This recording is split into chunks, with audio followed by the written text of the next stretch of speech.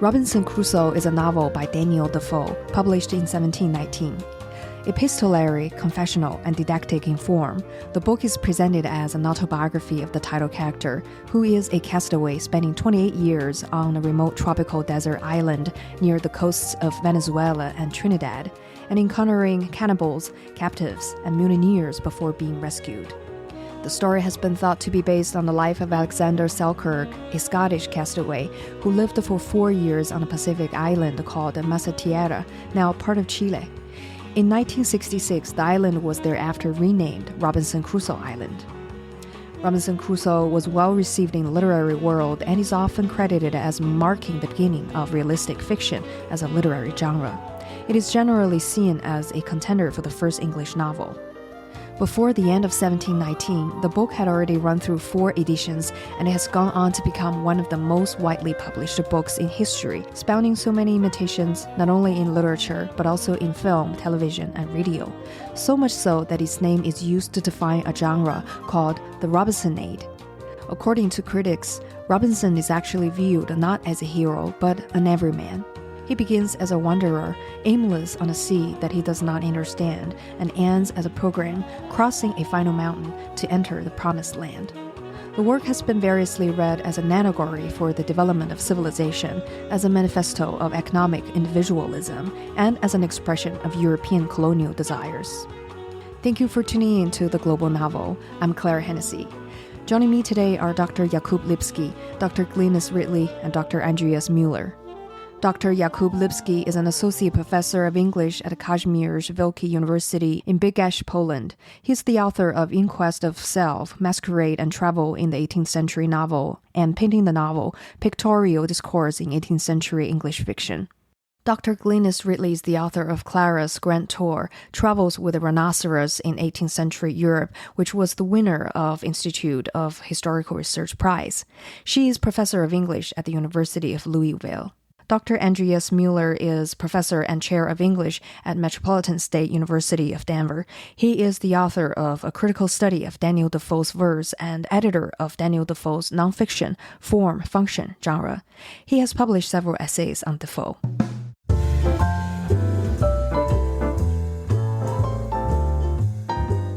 Welcome to the show, everybody. So, Andreas, the novel was well received upon its publication, establishing Defoe as an accomplished writer almost immediately.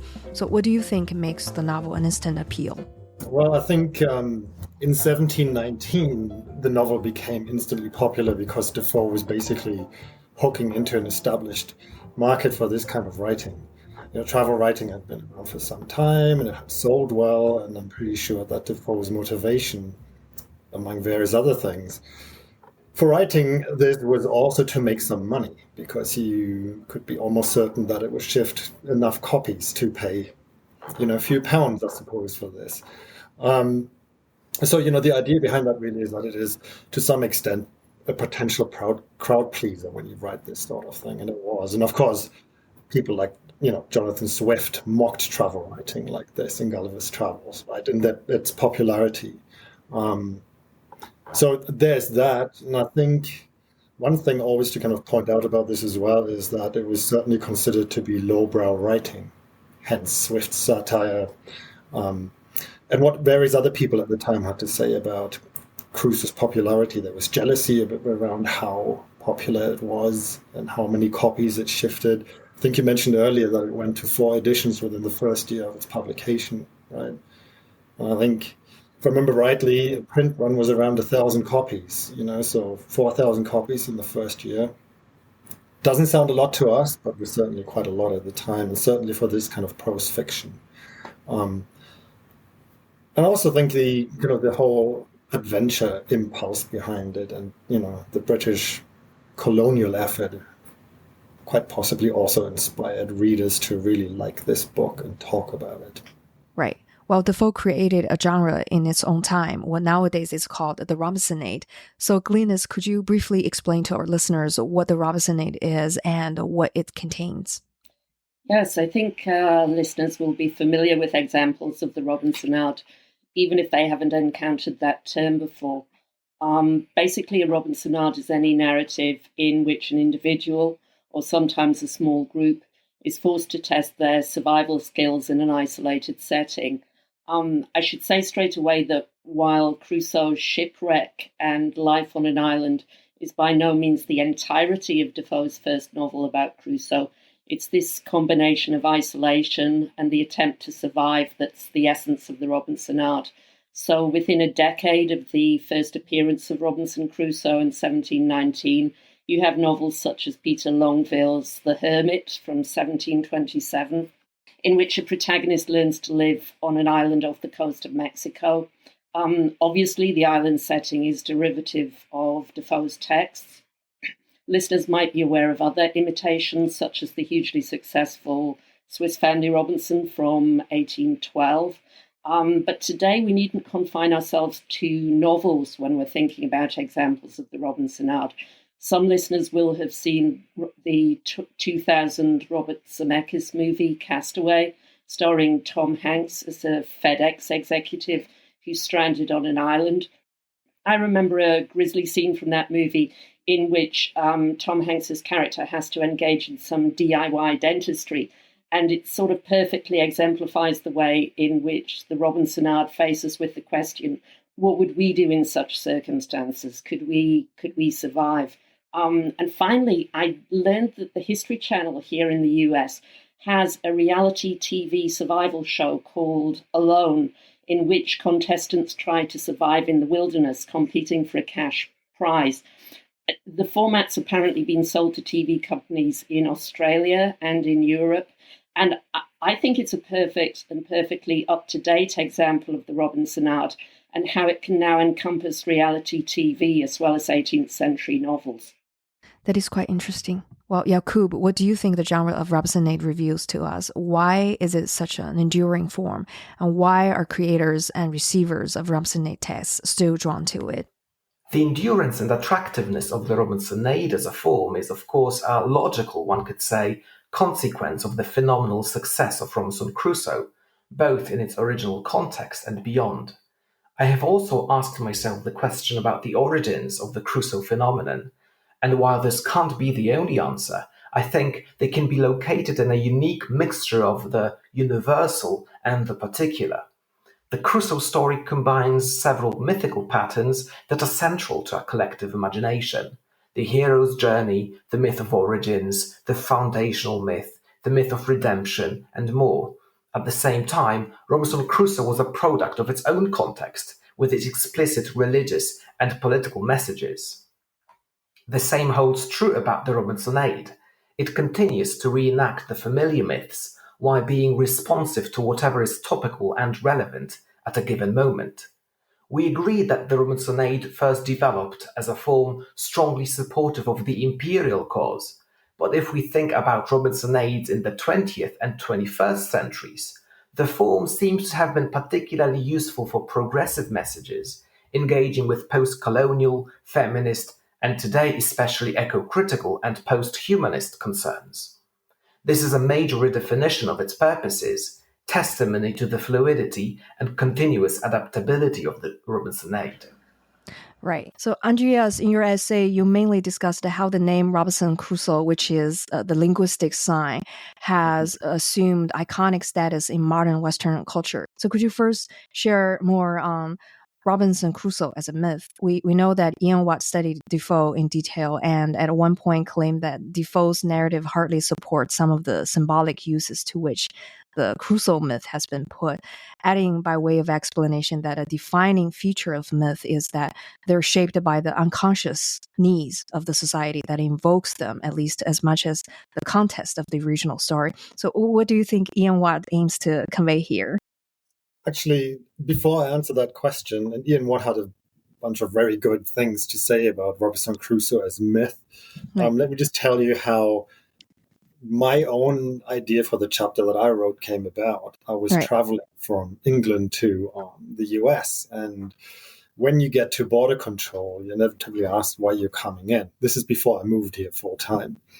And the Homeland Security officer wanted to know why I was going to a certain conference and what I was going to do there. And I said, well, I'm going to go to this conference, it was a Defoe Society conference, and I'm going to present a paper on Daniel Defoe, surprise. And he had no idea who Daniel Defoe was, right? So I said, Robinson Crusoe. And he went, okay, I'm going to let you in, right? And it was clear that he'd never read Robinson Crusoe. Right. There was no point in even starting a conversation, not that they ever do that at the border. And I thought that's interesting that people recognize the name in complete isolation, right? And that was kind of the point of origin for the essay that I wrote ultimately. And I think there's still a distinction to be made between myth and icon, right? They're connected at a certain level, but they're slightly different thing. And Jakub touched on this already in terms of the mythical aspect of the story that Defoe gives us. Where I think Ian Watt gets it exactly right is when he points out that myths tend to be whittled down to some very essential parts. He calls them a single significant situation in the story, which then can also develop their own life, if you like, detached from the story. So what people then do with that actually has either very little to do with the original story, or maybe even nothing at all. And I took that as a starting point for the research that I did for the paper by looking at some examples of how the name Robinson Crusoe had been used more recently, because Watt wrote that particular article in the 1950s, so 70 years ago, and things have to some extent changed again, but not entirely. So I was selective, of course. I had to be selective because the name Crusoe is actually out there in all sorts of different contexts, right? And what I found was, firstly, that Watt was right on that folks use the name in a way that's kind of emptied it as a signifier, right? It doesn't really represent the story, not closely anymore, but in some ways not at all. But there's some kind of residual element there that does still link it to the story, right? Even though the people who are using the name, often for commercial purposes, don't fully realize what they're doing with it. I think this is kind of the cultural undercurrent of how this has been transmitted over 3 centuries plus by now, right? The reasons for that are actually what Glynis and Jakub have already mentioned. The adventure story that essentially returns to survival, human resilience, and ingenuity in a hostile environment, and how this individual, isolated from all other humans, actually copes with that psychologically, but also practically, right? And there seems to me an ongoing fascination with that kind of story, and Crusoe has become emblematic for that kind of story, right? And the other thing that seems to have taken away and been attached to the name, but not really necessarily because of the knowledge of the story, most people nowadays haven't read Robinson Crusoe, right? They've come across it somewhere in some variation, but they haven't read the original story. It's this idea of isolation. And it's become iconic for that, but in a different way, in a sense, from what the story tells us. And a good example for that is the travel company Robinson Club, for example, which offers upmarket holidays in quiet, almost isolated, very pleasant kind of exotic spots, white sandy beaches, clear water, kind of stuff, where you can go and switch off and be deliberately removed from your everyday life and everyday civilization to kind of recharge, I suppose, and find yourself again. That's kind of the promise behind this, right? And that's, I think, where it kind of comes full circle again as a myth, but also in terms of its iconic purchase, is the link to the story itself, where Crusoe kind of finds himself spiritually, religiously on the island because of the isolation, right? That's not necessarily the what the travel company wants to offer. It's selling a product, of course, but I thought that was an interesting link. And just to kind of reinforce that, and I won't talk for much longer, the company has an icon after its name, which, when I saw it, looked to me like the very famous single footprint on the beach that Crusoe encounters, very famous moment. And the footprint itself is iconic, isn't it? It's also completely unrealistic. I mean, there surely should be other footprints somewhere on the beach, but they're not. It's just one single footprint. Crusoe reacts with horror to it after quite a long period of isolation. Right? And of course, I jumped to the conclusion that stylized icon must be the footprint, also because of what the company was selling in terms of splendid isolation, if you like. And to my great surprise, when I sent the company representative my essay, it was pointed out to me, no, that's a parrot. It's Polly. This just goes to show like how people see different things, how I see different things, even though they're not meant to be that, in terms of how the myth and the icon has been used and how majorly flexible it has become, but also without entirely losing touch in a roundabout way with the original story. And I think Ian Watt made that point 70 years ago already. Right. What made Robinson Crusoe a cultural icon for Western readers? And accordingly, how does the name Robinson Crusoe function as an iconic signifier in our Western collective consciousness? Well, in those ways. The iconic signifier here is this idea of human survival in a hostile, distant place and what that feels like, right? This kind of thought experiment, right. Kind of revisited over and over again in different formats, whether it's in other stories, Robinsonades or movies or whatever, or computer games, for example, where you can actually, as a first-person player, play this through yourself, right? The psychological aspect of this too, right? What would it feel like to be in the shoes of an isolated man or woman in a hostile place where you have to just cope by yourself? And I think there's a fundamental fascination with that kind of scenario and putting yourself in that place. And I think the icon of Robinson Crusoe as a name, as in what it signifies, is kind of encapsulates that thought experiment. Right. Well, Glynis, this collection you co-edited with Andreas, titled Robinson Crusoe After 300 Years, can be perhaps viewed as a study of the afterlife of the novel Robinson Crusoe, or more precisely, a study of the Robinsonade, right? Could you share a bit more on what these Robinsonades tell us about the literary and the cultural values of the original novel? And subsequently, what can we briefly learn from these Robinsonades that the essays in this collection touch upon?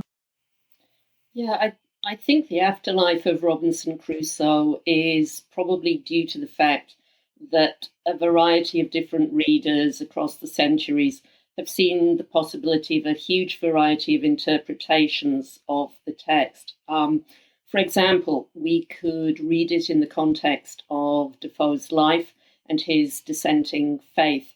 Defoe was trained for the dissenting ministry, and Crusoe certainly reflects on his faith while he's on the island, especially when he thinks he's near death. On the other hand, for 19th and early 20th century British readers, probably the aspect of the text that seemed most important to them was a gendered and an imperial message. Crusoe exhibits survival skills and attitudes that were seen at that time as suitable role models for boys in the then British Empire. We can't get away from that in this text.